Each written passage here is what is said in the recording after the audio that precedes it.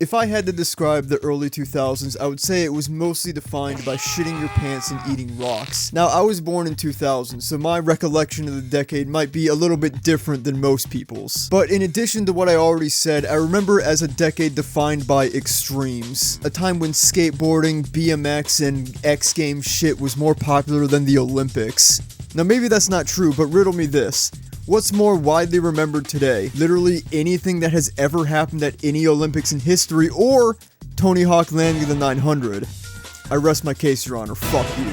Extreme sports had never been more popular than they were in the late 90s to early 2000s. It was everywhere. Movies, TV, soda commercials, video games, magazines, and major TV networks were all obsessed with these crazy thrill seekers, pushing it to the limit. And it was all underscored by this anti-authority, punk rock, rebellious attitude, which was also just huge in pop culture in general, independently of the extreme sports aspect. But skater punks weren't the only extremists with attitude that dominated the 2000s. Al-Qaeda and other terrorist groups had made a name for themselves and plunged the world into an era of fear and paranoia and heavily increased surveillance and tightened security.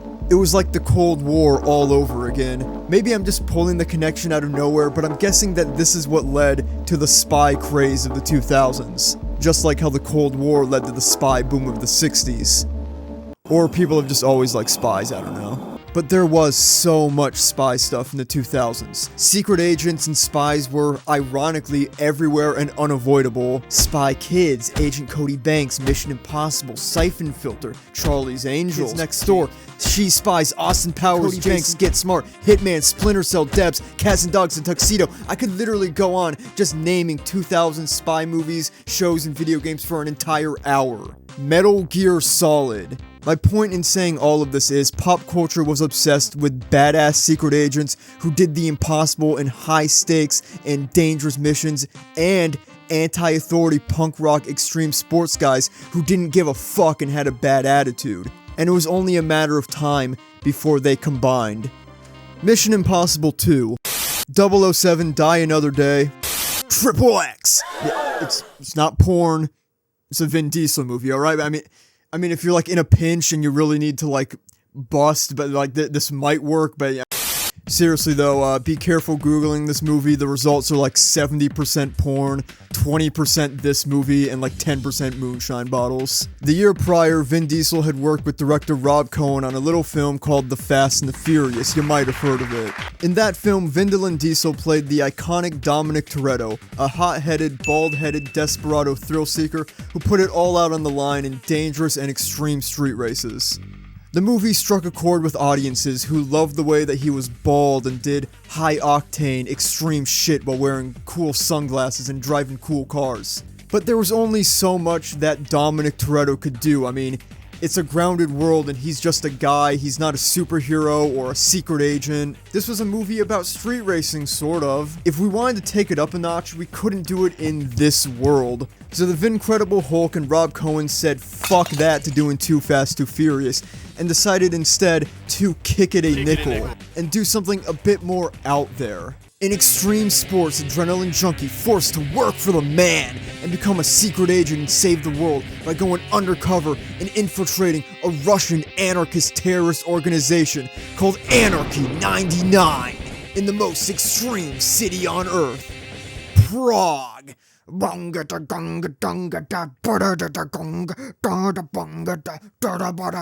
don't want to make a movie about a terrorist attack in America in 2002? Weird. We're going beyond just street racing. We got dirt bikes, explosions, helicopters, snowboarding, base jumping, skateboard. No, there's no skateboarding. This ain't your grandma's spy film. This ain't no white boy, army, trained CIA agent. This dude is,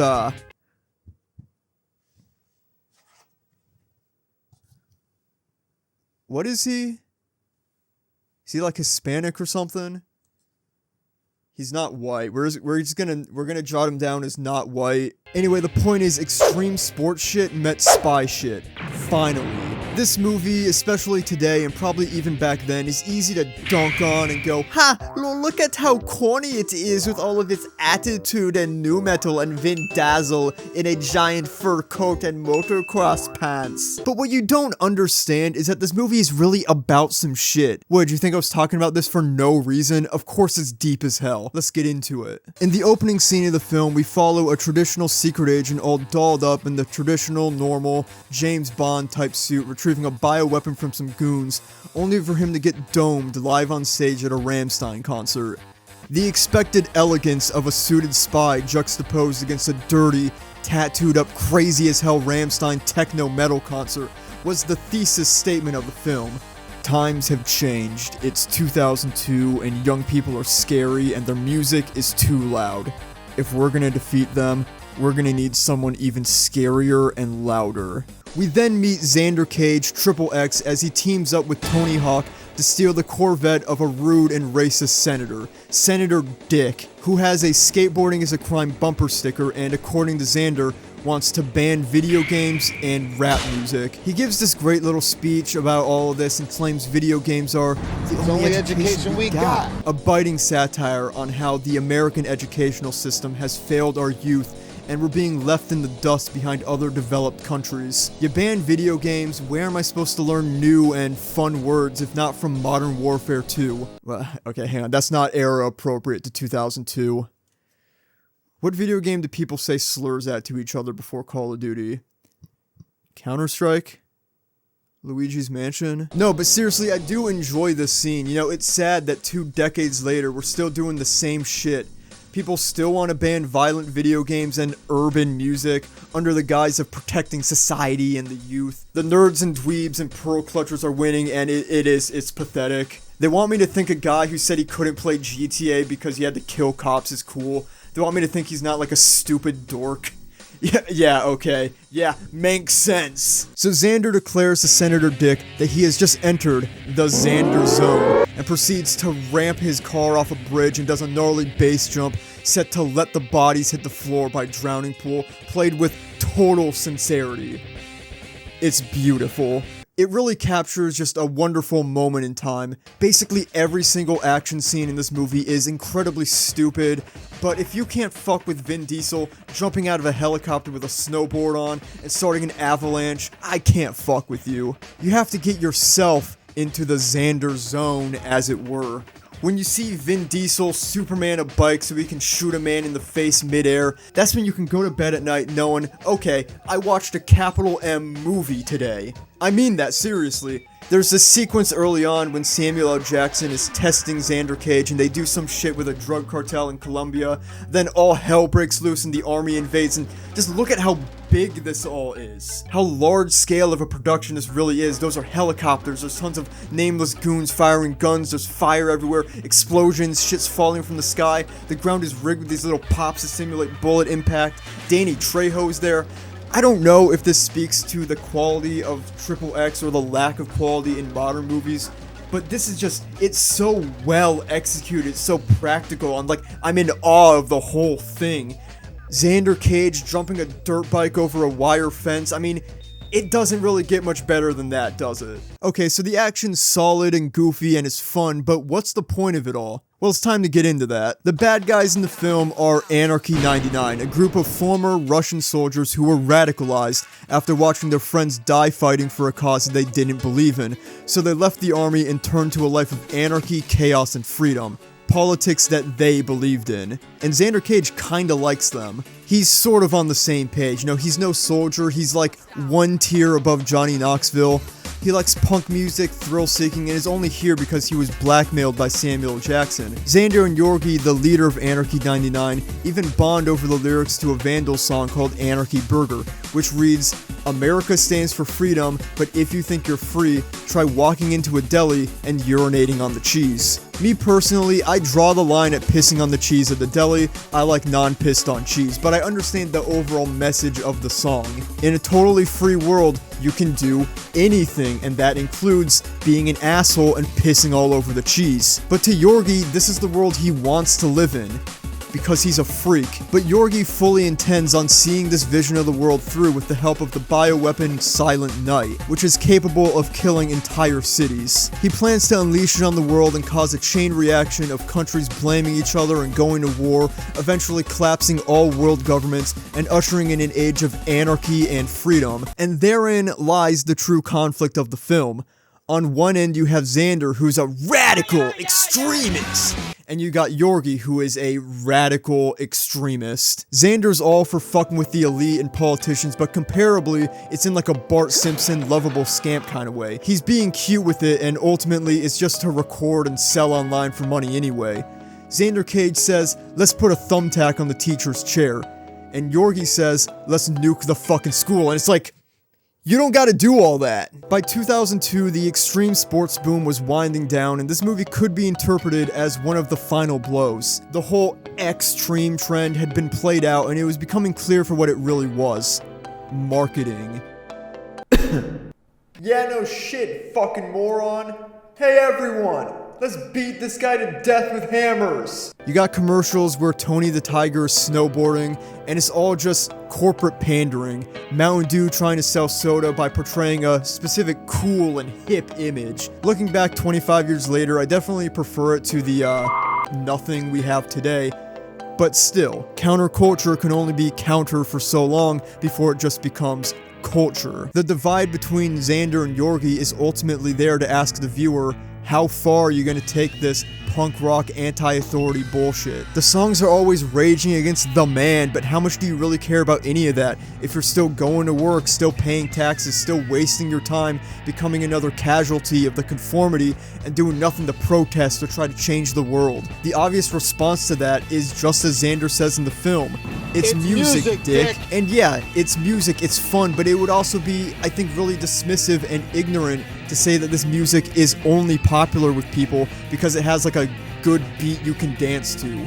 You're gonna tell me people didn't feel like they had been given a voice when songs like Fuck the Police came out? When bands like the Dead Kennedys, Fugazi, Choking Victim, Leftover Crack, any punk band were writing songs called Fuck America, Stars and Stripes of Corruption, Fuck the Border, Do Not Consider Yourself Free, Injustice System. The list of political punk songs might as well just be the list of punk songs. You're gonna tell me nobody was listening to those songs going, yeah, I agree with this actually. People are desperate for change, for justice, for freedom, and they're not just listening to this music for no reason. I mean, maybe they are, but some people really do identify with the anti-authority, anti-government messages of punk rock media. Well, the movie positions Anarchy 99 as a group of people who took that ideology to heart and tried to do something about it. Now, obviously, their plan is fucking insane and will kill hundreds of millions of people, but I'm sure you get the gist of what I'm trying to say the movie might have been getting at. Is it the most fair and coherent argument? I don't know, probably not. I mean, it is a Hollywood movie that's saying, don't rebel too much, cause that's terrorism, sweetheart, and Vin Diesel will shoot ya. When Xander says lines like, if you want someone to save the world, make sure they like it the way it is, it makes me wonder if maybe this movie was supposed to be a bit darker and have Xander waver more in his loyalty to the United States and the status quo, perhaps even genuinely considering joining Yorgi, until some major event happened in maybe 2001 that kind of threw that idea out and turned him into a patriot and tool for the government. Who's to say, really? Who's to say? The movie probably would have been more effective if Xander was able to keep that punk in him a little bit more. If maybe the United States wanted the bioweapon for themselves and Xander totally destroyed it as like a fuck you to power. Specifically by like doing a kickflip on it, I don't know. Punk music and stories of rebellion, cowboys, pirates, whatever, have always been popular, especially in the United States where rebellion is our national origin story. But that's at odds with the fact that a lot of people will piss on the cheese at the deli if they're given total freedom, and also murder and rape people. And that's really the delicate balancing act that is forever to plague modern society. How much freedom can people really be trusted with before we're back to being rock-munching asshole cavemen? There's probably a nice middle ground where people love and care for each other and everyone's treated fairly, but we have also been at this whole society thing for a pretty damn long time and we haven't been able to figure it out, so who knows? We spent 5 million years hunting and gathering. We've only been following authority and rules and government for the last 6,000 years. Maybe that was a better system and it's time to overthrow the rule of law and return to monkey. But I also like PlayStation and Chex Mix. Do we really have to throw it all away just because Blink-182 said work sucks, I know? Even if work does suck? Where do we go from here?